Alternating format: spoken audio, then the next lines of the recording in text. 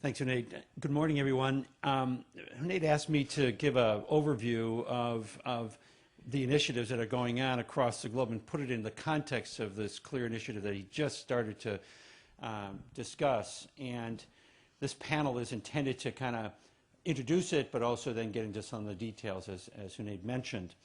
And I've been reflecting on my recent travels to Tanzania, being able to and honored to be part of the first emergency medicine countrywide conference that was held about a year and a half ago in Dar es Salaam, and then recently returned from Nepal, where I was also honored to have the opportunity to open up with my comments the first ever symposium on emergency medicine ever held in Nepal.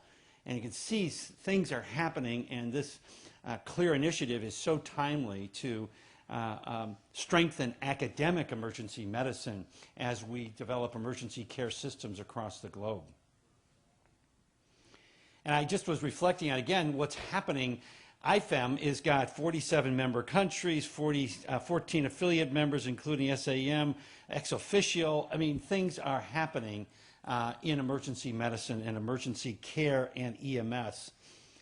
And when I was in Nepal, I was reflecting on my early years in emergency medicine in the 70s, where academic emergency medicine was in its infancy, and emergency medicine was just evolving as a specialty.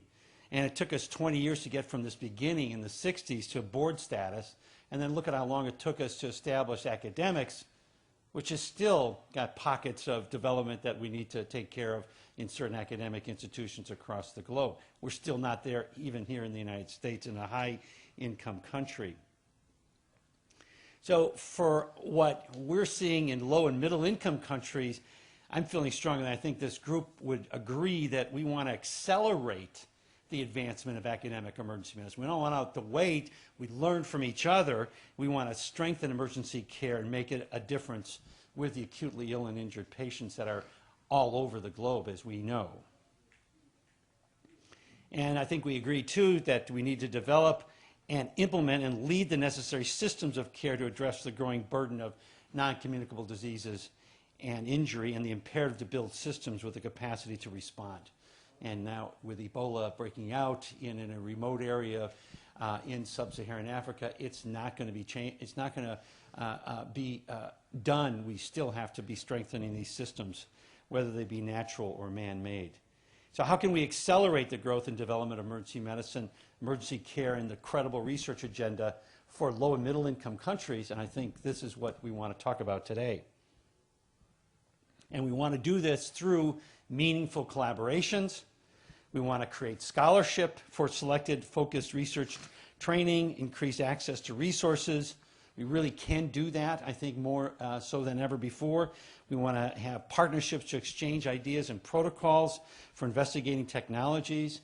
The emergency medicine review of global research that Adam and other colleagues lead, that's published in AEM, is so important to advance discussions about closing these gaps as we grow together in emergency medicine. And we want to stimulate translational and implementation sciences across all sectors, high-income countries as well as low- and middle-income countries. There's no reason to be waiting around for them to catch up in some way.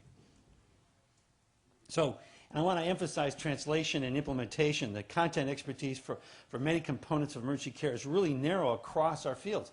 You know, taking care of a diabetic is not that different. The concepts of physiology and basic science is not that different in terms of it being across these countries. The gap, I think, is in technologies. The gap is in research. And we really ought to make a full court press for investing in translation and implementation sciences. I've been pondering that kinetic energy release from a car crash is no different. When I was traveling the road in Nepal, the road of what I called the road of 1,000 bumps, it is the same kinetic energy release that happens on this freeway that I was dodging last night with these semi-trailers on I-65. It's the same thing. And the challenge is systems of care and the development of those care modules. I want to emphasize that this is happening across other specialties, and I suggest to you for your consideration attending the annual meeting of the Consortium of Universities for Global Health. This is the topic for their next year's conference, Implementation in Translational Sciences. So I think it's really something that we're poised to really make a good contribution, and I would encourage you all to attend. It's going to be in Chicago, and again, emergency medicine is increasingly being represented at this important meeting.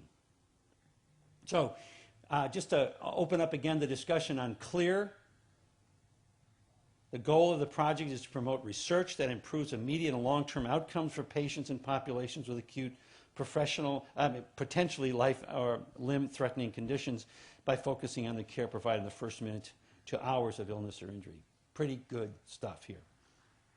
And again, as was mentioned, there's collaboration, proposed solutions, and look at how we can get more research funding to all these sectors across the globe. And these are the key initiatives that are being unfolded as part of this initiative that, again, highlight some areas, important areas that we think we can make a contribution and, again, close that research gap in low and middle income countries, partner with them to strengthen their research agenda. And these are the working groups that just we were mentioning. So we're going to have 3 of these groups be discussed in a little bit more detail and then open up for questions. So let's pause for the moment, and we'll just go right ahead with Emily just being the next presenter.